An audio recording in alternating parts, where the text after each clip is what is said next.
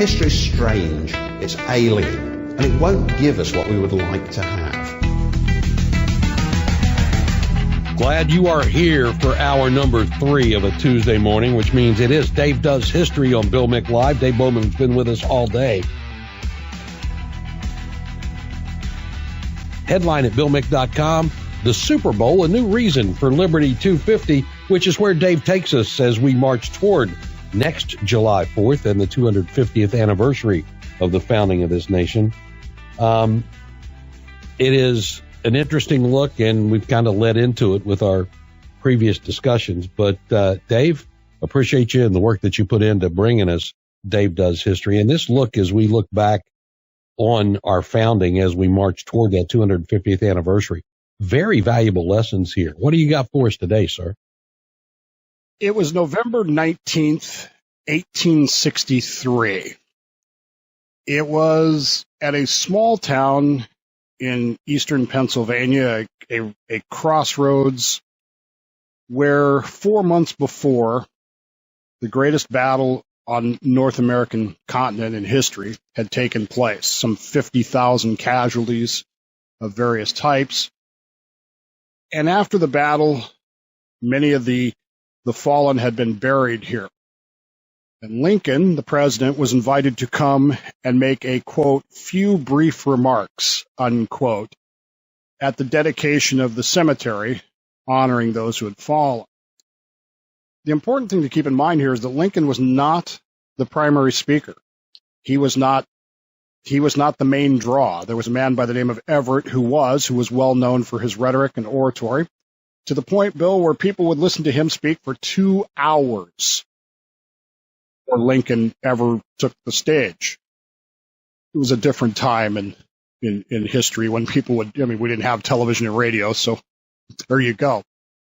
Everett's speech involved classical detail. He did an almost epic retelling of the entire campaign and kept people enthralled. And when he was done and sat down, Abraham Lincoln stood up, set his hat down, and spoke for barely 2 minutes, 272 words. Those words, though, have outlasted anything Everett said. Nobody even remembers what Edward Everett had to say that day. Lincoln's words outlasted the smoke of battle. They outlasted even some of the stone monuments that were built at Gettysburg, erected decades after the fight. The opening line echoes, 77 years ago was chosen deliberately by Abraham Lincoln to make 1776 the focal point, the reference point, the actual reason why we're here. He didn't call on 1787, which was the Constitution. Brilliant and enduring though the Constitution is, he instead went back to the very beginning, to the Declaration of Independence. And by tying the present moment of 1863 to that summer of 1776, he was saying that America's true birth was not in the hammering out of laws, the structures of government, but in the declaration of ideals. It was Jefferson's words, not Madison's, that defined what America was enduring and promised to be. So, Dave, what you're telling me is that Lincoln didn't just know history, but he understood it and its importance to where we were in this country. There's that, and he's trying to make a point here, which is that the enduring promise of America isn't found in our Constitution. Our Constitution is great. I've spent years studying it. I appreciate it. I love it. But really what America is found in those words written by Jefferson in July of 1776. Lincoln knows this, and he understands the ambiguity of the political and, more importantly, the moral situation involved here in the Civil War. I don't want to spend any time arguing with you about the Civil War. You can call me up the other way. You can email me outside.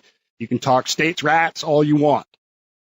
The Confederacy itself said that the reason it existed was to own slaves, to own other people. Lincoln knows that he has to break through that. He knows that he has to remind us that 77 years ago, our fathers brought forth on this continent a new nation conceived in liberty and dedicated to the proposition. What is a proposition? It's a test. The proposition that all men are created equal. This is the enduring promise of the Declaration of Independence. This is the idea that even when we wrote those words, even as Jefferson wrote those words, he knew that they were not being lived up to. But it was a promise that someday maybe we can. There's something deeply forward-looking in Lincoln's phrasing. By calling equality a proposition, he admits that we have not fully lived up to the promise of 1776, not in 1863, and even later on. It was something that we had to aspire to, something that demanded work. It demands sacrifice. It demands vigilance. And of course, we were gathered there on a field, a great battle of that Civil War, testing that proposition as to whether or not we were going to live up to the ideals that we had put down on paper 77 years before. This is the genius of Lincoln's appeal. He was not asking people to fight and die for the technicalities of the Constitution. He's asking them to fight, die, be wounded, for the permanence of an idea that liberty and equality are not negotiable, that they are the birthright of all, and that this government exists of, by, and for the people only to secure those.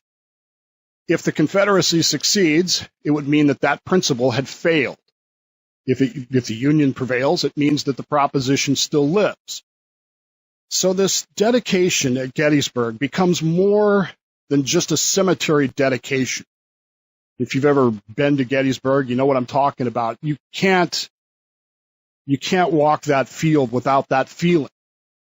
One of the joys of my life was 2 summers ago, getting to take Ben there and to stand where Lincoln delivered those words. And I know that my son doesn't fully understand them yet, but to take him to Washington, D.C., and one of my favorite picture of that entire trip is Ben, who wandered off at the Lincoln Memorial, and he found his way over to where the Gettysburg Address is engraved into the granite of the wall. And he climbs up on the step, and he reaches up with his hands, and he puts his hands on those words. These ideals that Jefferson, Adams, Franklin, and 50 other men were coming up with were not met yet, and they understood that. But they also understood that in order to reach this goal, in order to reach this idea, in order to become a more perfect union, as we will later put it, requires a starting point. You don't end the war in Ukraine in 30 minutes in Alaska. You don't reach perfection as a nation, as a perfect union, at the very beginning. But you have to have a goal to start with. And Lincoln's words remind us that the Declaration is not trapped in 1776. It's not words on an old piece of parchment written by dead old white guys that we should just ignore. The values are timeless. They're meant to outlive the Revolution, to stretch across centuries, to guide generations that Jefferson and Franklin and Adams couldn't even imagine. And that was the thread that Lincoln begins to pull on at Gettysburg. It's why this short little address is still quoted. It's still memorized. Well, it was when I was in school. And it's still studied. And it's why Edward Everett's masterpiece of oratory is utterly forgotten. In that cemetery, among those rows of freshly dug graves, Lincoln made it clear that the founding promise was not about one moment in time. It's about a mission. And that mission was not completed. It was literally under test at that moment, but it was still growing. And of course, in my own lifetime, we've experienced this this same idea that we have to continue to get better at this. We have to continue to rededicate ourselves to the proposition that all men are created equal. Because if every generation doesn't do that, like the rabbis teach, each generation has to come out of Egypt. In the same way, each generation of Americans has to rededicate ourselves to the principle that all men are created equal, and the government of, by, and for the people is instituted for the sole reason to guarantee that. That's the enduring promise of the Declaration of Independence. And we pick it up when we continue on Bill Mick Live. So Dave, Lincoln goes to Gettysburg. He delivers that short but forever living address, and he challenges the country and says, it's a proposition that all men are created equal. How do we maintain and perpetuate that? How do we reach the goal? And that's pretty much the challenge that was laid out there. It's a test. And of course, if you see the Civil War in that light, it kind of changes some ways the way you look at that. What we're doing now is we're delving into the preamble of the Declaration of Independence. And if I slip up and call it the Constitution, my apologies, but that's what I'm used to dealing with. So the preamble, of course, is not the introduction, the in Congress, July 4th, 1776. Now we're into that paragraph where Jefferson has taken his pen to paper, his quill to parchment, and he's begun to explain the purpose. Why are we doing it? He begins with those famous words that Lincoln evoked. We hold these truths to be self-evident, that all men are created equal. We could spend a lot of time talking about the moral ambiguity with Jefferson writing those words, and Jefferson himself recognized the fact that he was not living up to those words. He understood that. But in his own words, I don't know what to do about it, and nobody else does either. How do we change this? Those are the tests that will come later, but we have to start with the goal, that they are endowed by their Creator with certain unalienable rights, that among these are life, liberty, and the pursuit of happiness, which is a topic we'll get into in the coming weeks. We've actually already talked about it once before. That's that change that we get into the language. Jefferson was not simply writing a justification for rebellion. He's laying down a set of principles that would outlast the immediate quarrel with King George III. Once that's done, one way or the other, how are we going to live our lives? We are endowed by the Creator with those certain unalienable rights. And it's difficult to underestimate, or it's difficult to overstate, how radical that statement would be considered in the 18th century, and how permanent Jefferson meant it to be. He was saying that the rights didn't come from kings or parliaments or even constitutions. And I would remind you that the Bill of Rights doesn't give you any rights. It simply limits what Congress can do. He said that they come from God, from nature itself. They cannot be granted or withdrawn by men. They are not favors that get doled out or contracts to be negotiated. They're intrinsic, they're universal, and they are permanent. By the time Lincoln stands at Gettysburg, this claim will become the moral compass for the Union's cause. If rights are unalienable, then slavery is not just a political issue, it's a moral monstrosity. It denies the very thing that the nation is founded on. Lincoln used Jefferson's words to make it clear that the Civil War wasn't about holding borders intact. It was about the test, the idea that we believe that all men, it's self-evident that all men are created equal. As you noted, Dave, this was a struggle as the preamble to the Declaration was being written. It was a struggle during the Civil War, and it would continue to be a struggle for many, many years. Even into my childhood, and some would argue beyond that.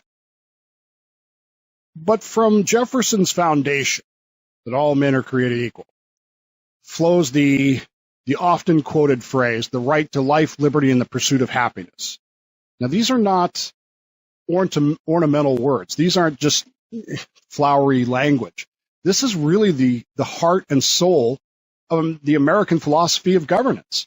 Life, liberty, and the pursuit of happiness. Not freedom, liberty. Life asserts that every individual is entitled to existence itself without fear of arbitrary destruction. Liberty, we've talked about, asserts that each person has the right to self-direction without being shackled by the will of another, particularly a leader. And that pursuit of happiness, boy, that's a phrase. It extends the principle further. It recognizes that flourishing is not something dictated from above, but sought from individuals in their own way. Locke had written, of course, Life, Liberty, and Property, which Jefferson could have gone with very simply, but there's a very specific reason why they chose that phrase, the pursuit of happiness. That phrase, pursuit of happiness, is America in every nutshell you can put it into. That is an American phrase, it's an American idea, and it's an American extension of the idea of just owning property. No, it is an action, which is what America is really about. We've actually talked about this before on Dave Does History here on Bill Mick Live, and we'll probably talk about it again, how that phrase came to be. In Lincoln's time, during the Civil War, the philosophy is being tested. Can a nation tolerate a system that denies life to those deemed property? The Supreme Court had ruled that. It denied liberty to millions held in bondage, and denied even the faint hope of happiness to an entire race of people. Can that be the way that we are? We are engaged here in a test to see whether that government can survive. Lincoln reminded Americans that these truths are self-evident, not selective, and to carve exceptions into them destroys them entirely. The Declaration does not stop with those rights. It gave government its only legitimate purpose, that to secure these rights, governments are instituted amongst men, deriving their just powers from the consent of the governed. Believe me, that is an earthquake in political theory in 1775. In 1776, kings believed that they had their power by birthright. They believed in the divine right of kings, that God himself had put them on the throne. Tyrants would claim it by conquest, which of course King George was trying to do. But Jefferson wrote that power only comes from the governed, and only for the purpose of protecting their rights. If you strip away that purpose, government loses its legitimacy. And it's Lincoln reminding us at Gettysburg about this ideal. He's not merely appealing to patriotism. He's not relying on military necessity. He's drawing a line back to those words in 1776. And he's asking that question. Do we believe this is self-evident? And do we believe that government of, by, and for the people is the only legitimate reason for it to exist? And we pick it up in moments here on WMMB. Call Bill now, 321-768-1240. Renewal by Anderson, the hour sponsor. Dave Bowman bringing us Dave Does History, continuing our Liberty 250 series. And Dave, as you said at the outset, and Lincoln saying this is a proposition, it is a test that I think a government faces every day, in all honesty. And can we uphold those standards and live up to those standards? I don't even think it's a test for the government. I really don't. Of course, I have my own opinions about politicians in general. The real test is for us. Do we hold these truths to be self-evident? And if the answer is no, we get the government we deserve. When Jefferson wrote those words, when he wrote that governments are instituted amongst men, laying their foundations on such principles and organizing their powers in such form as to them shall seem most likely to effect meaning to gain their safety and happiness, he's doing more than just tossing in a poetic flourish. This isn't every word in this, like the Gettysburg Address, every word in this is carefully crafted. That phrase is the capstone of the preamble. It defines what government is for. Not domination, not conquest, not enrichment of a ruling class, but for human flourishing. Safety and happiness are not sentimental words. They're practical goals. It means security from tyranny, from invasion, from arbitrary imprisonment. Happiness, something far broader than just pleasure. It means the conditions under which people could live full lives, cultivate families, pursue their faith, commerce, their education, whatever makes their existence meaningful. That's the vision of the founders. Government's not to be the idol demanding worship, nor a master demanding submission. It's a tool fashioned for a purpose, and like any tool, it has to be judged by its usefulness. Does it secure the rights? Does it secure life? Does it enable liberty? If so, then it's justified. If not, then that government is illegitimate, and it is the right and the duty of the people to throw it off and replace it with something else. This is the forward-looking genius of Jefferson's words. He's writing in a time when kings were thought to be the divinely appointed. He strips away the mystique. He says governments exist only if it serves its people, and even then, only by their consent. By 1863, Lincoln is able to breathe life back into that principle. We'd forgotten it. In many ways, we're going to talk later on about how the Declaration of Independence, as important as it is to us today, as important as it was in 1776, kind of lies forgotten for almost 50 years. It just kind of goes away. The Constitution sort of takes over everything. Lincoln is able to breathe back into that. He's worried about the way the war is going, and he has to make the struggle less about borders, less about emancipation. He has to remind people that it's about the vision and whether or not that vision can endure. So he closed the Gettysburg Address with those words, deliberately echoing Jefferson, that the government of the people, by the people, and for the people shall not perish from the earth. That's why we are here. And we maybe didn't fight the Gettysburg battle this week. Maybe we haven't been through that in years. But each and every day, that's the question, that's the fight that we have. Do we let that government of, by, and for the people perish from the earth, or do we carry on that goal? The modern relevance of the preamble's challenge is very clear to us. The words that Jefferson wrote and that Lincoln reiterated are not relics in a museum. They are a mirror that we have to hold up to ourselves. Do our governments secure rights, or do they trample on them? It's really simple. Do they derive their powers from the consent of the governed, or do they operate on inertia, bureaucracy, and coercion? Do they serve the safety and happiness of the people, or do they serve the interests that are detached from the common good? These are not abstract questions. These are not radical questions. They go to the heart of every policy debate, every election, and every crisis. And yet, how often do we hear those questions asked at, say, a presidential debate? When citizens feel unsafe in their communities, when liberty is compromised in the name of expediency, when the pursuit of happiness is throttled by economic stagnation or cultural decay, then the preamble becomes more than parchment.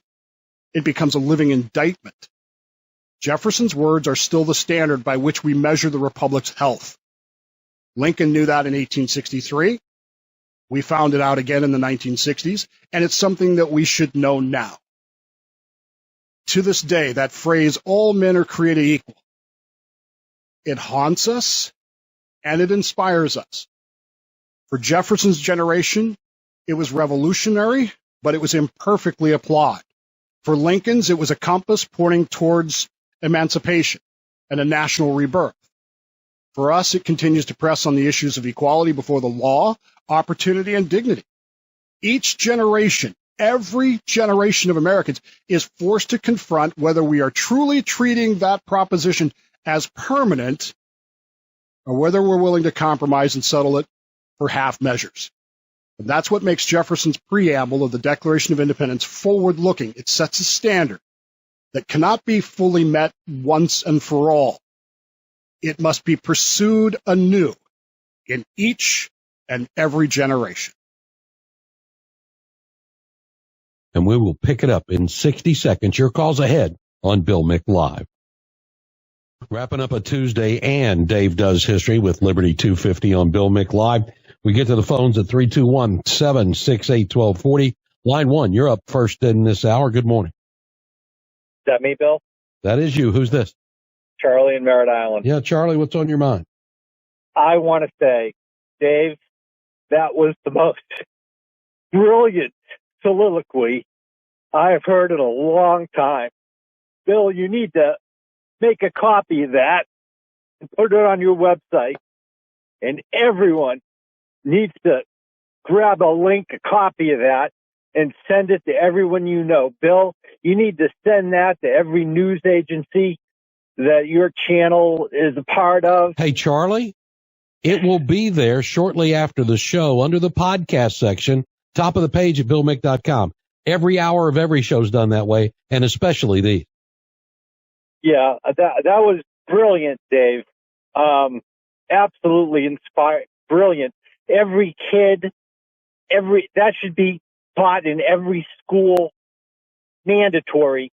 Our Department of Education, I was thinking just before I tuned in, I was driving along thinking about, we should have things on every wall, in every hallway, in every classroom, in every school, positive messages like what you do today determines your future. Learning to read and write will give you a better life. I mean, all kinds of positive messages. If there's one and only thing a Department of Education is good for, would be to mandate that positive messages like that, and like what Dave just said, that should be read in the halls of Congress. I'm serious. Charlie, that's well said, and I do appreciate it. I know, Dave, you do as well. Yeah, thank you. Obviously, I don't do this to get praise, and I mean, it's all nice and stuff, and I appreciate it. It's just something that I passionately believe. And this goes back to what I talk about with politics. When was the last time you heard any politician in any debate, discussion, press conference asked about what are you doing to preserve and defend liberty, to preserve and defend the right to life, liberty, and the pursuit of happiness? My guess is that the vast majority of politicians don't even know what those words mean. And don't care to in many cases. That's tough. Hey, I want to go back. We took a call in our second hour. John had called in because he wasn't sure he'd be here in the 8 o'clock hour and wanted to know other references you have used for Western influence on the founding of this country. And obviously, he'd listened to last week's show where we were talking about those things. Easy place for him to find that from you? There is a link on my page, davedoeshistory.org, which, by the way, will also have this podcast, Charlie, so you can get it there. And you can follow me on iHeartRadio. So all that's there as well. There is a link on the page, davedoeshistory.org, that says recommended books. I have collected an eclectic group of books that I have used for this. Plus, I have spent probably close to $1,000 on this. Shh, don't tell my wife. He specifically asked about a book. I'm trying to remember the name of it. I didn't get to write it down. It was too long. A history of Western tradition. Yes, I would highly recommend that. Professor Guizzo, sorry, I screw up his name, is one of my favorite lecturers. I have purchased probably 6 or 7 of his lectures that are available, and he is a very, very knowledgeable and very good speaker. I'm not sure. I'd have to look at the book. The book is $80. I don't know that I'm going to be buying that anytime soon, but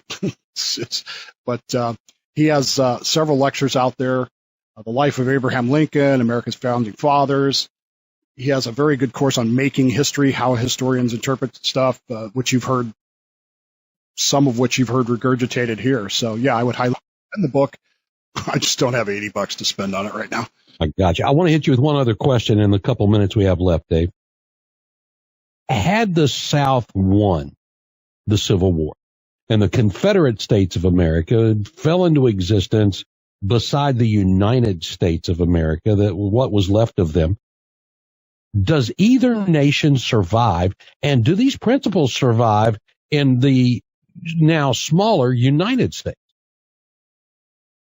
Oh, that's a loaded question. Militarily, I don't see any way that the South could have won. The only way you win militarily is you wear down the North's willingness to fight. And the North just says, you know what, we're not spending any more money on this. We're done with this, whatever. There isn't going to be a Southern invasion of the North that conquers the North. That's not going to happen. I don't think that either nation survives as they were then. The South still had a moral problem, which was that many of the civilized nations around the world were not real happy about that slavery thing. And when you have a whole bunch of people that are just locked into that, it made things hard. How do you think it made it different for the North, or would have? The North, because of the geography of it, I mean, basically the North now extends west across Missouri, south into Arizona to California. I think the North survives, but I don't know, because we gave up on those principles, do we maintain the principles? That's the question you would have to ask. And if you don't maintain those principles, what kind of government do you end up with? Renewal by Anderson brought you this hour. Dave Bowman brought you the content. And Dave, I appreciate it. Job well done. I can't say it as well as Charlie did, but we appreciate it all, my friend. I look forward to having you back next Tuesday. See you then. Check out more stories from history at davedoeshistory.org.